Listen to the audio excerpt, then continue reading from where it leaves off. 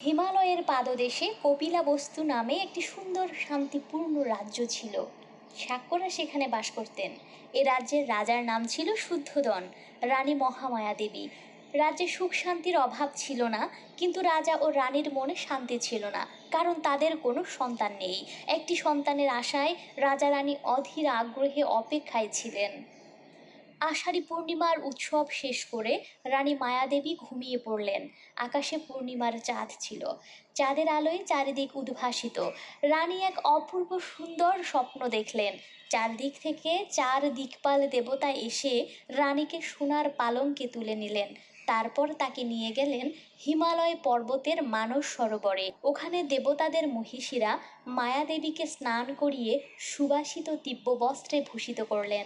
রানী আরও দেখলেন তিনি সোনার পালঙ্কে শুয়ে আছেন।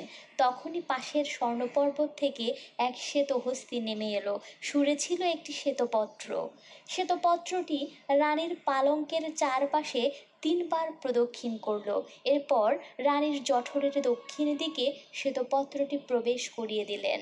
রানী অলৌকিক আনন্দে শিহরিত হলেন। আকাশে ছিল আষাঢ়ী পূর্ণিমার উজ্জ্বল চাঁদ। পরদিন ঘুম থেকে জেগে রানী তার স্বপ্নের কথা রাজা শুদ্ধোদনকে বললেন। রাজা সকল রাজজ্যোতিষীর থেকে স্বপ্নের ব্যাখ্যা জানতে চাইলেন। তারা বললেন, মহারাজ, সুসংবাদ আছে, আনন্দ করুন। রানী মায়াদেবীর পুত্র সন্তান হবে। শাক্য বংশে এক মহাপুরুষের আবির্ভাব হবে, কারণ তিনি সর্বজীবের দুঃখ হরণকারী মহাজ্ঞানী হবেন। আনন্দ করুন মহারাজ। এভাবে দিন চলে যায়। এলো সেই শুভ বৈশাখী পূর্ণিমা তিথি। এ সময় রানীর পিতৃগৃহে যাওয়ার ইচ্ছা হলো। রাজা সম্মতি দিলেন এবং পিতৃগৃহে যাওয়ার ব্যবস্থা করলেন। রানীর যাত্রাপথ কপিলাবস্তু থেকে দেবদহ পর্যন্ত সজ্জিত ও সমতল করা হলো। সখীদের সঙ্গে নিয়ে রানী সোনার পালকিতে চড়ে পিতৃলয়ে চললেন। পথে দুই নগরের মাঝে লুম্বিনী কানন, শালবীথিকায় ঘেরা, চারিদিকে ফুল পাতার সমারোহ। পাখির কলকাকলিতে মুখর এই ছায়াশীতল কাননে রানীর বিশ্রামের ইচ্ছা হলো। তার নির্দেশে পালকি থামানো হলো।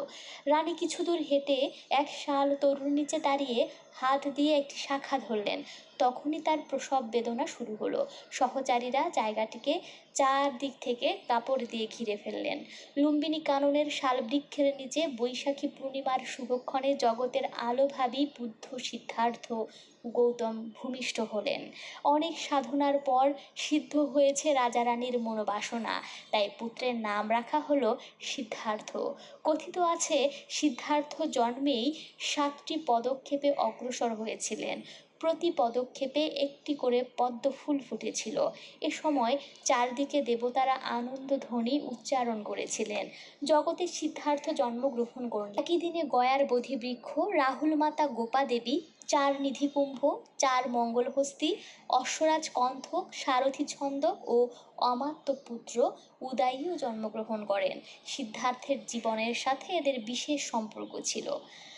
এই সেই গৌতম বুদ্ধ, যিনি বৌদ্ধ ধর্মের প্রবর্তক। তার জীবন দর্শনই বৌদ্ধ ধর্মের মূল ভিত্তি। জন্ম থেকে মহাপরিনির্বাণ লাভ পর্যন্ত সুদীর্ঘ 80 বছর ব্যাপী জীবনে বুদ্ধ নৈতিকতা ও মানবতার বহু বিরল দৃষ্টান্ত স্থাপন করেছেন। রাজকুমার হয়েও মানুষের দুঃখ মুক্তির উপায় অনুসন্ধানের জন্য তিনি গৃহত্যাগ করে সন্ন্যাস জীবন গ্রহণ করেন। তার 6 বছর কঠোর সাধনায় লাভ করেন বুদ্ধত্ব, আবিষ্কার করেন দুঃখ মুক্তির পথ। জীবপ্রেম, অহিংসা, সাম্য, মৈত্রী ও করুণার বাণী প্রচার করে তিনি মহাকারুণিক বুদ্ধ নামে খ্যাত হন। তার মহাকরুণার বাণী পৃথিবীর বৃহত্তর থেকে অতি ক্ষুদ্র প্রাণীকেও রক্ষার প্রেরণা যোগায়। সমাজে যারা অস্পৃশ্য বলে উপেক্ষিত হয়েছে, তিনি তাদের উপেক্ষা করেননি, জায়গা দিয়েছেন।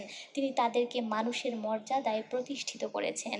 শোক দুঃখে জর্জরিত মানুষকে নির্বাণের পথে পরিচালিত করে দুঃখহীন করেছেন। মানুষকে নৈতিক ও মানবিক জীবন যাপনে উদ্বুদ্ধ করে শান্তিময় সমাজ প্রতিষ্ঠার চেষ্টা করেছেন। তাই সভ্যতার ইতিহাসে গৌতম বুদ্ধ অবশ্যই অনন্য স্থান দখল করে আছেন। সুপ্রিয় শ্রোতা মণ্ডলী, আমরা পরবর্তীতে গৌতম বুদ্ধের আরও কয়েকটি পর্ব তৈরি করেছি। ধারাবাহিকভাবে এগুলো আমরা উপস্থাপন করব, সাথেই থাকুন।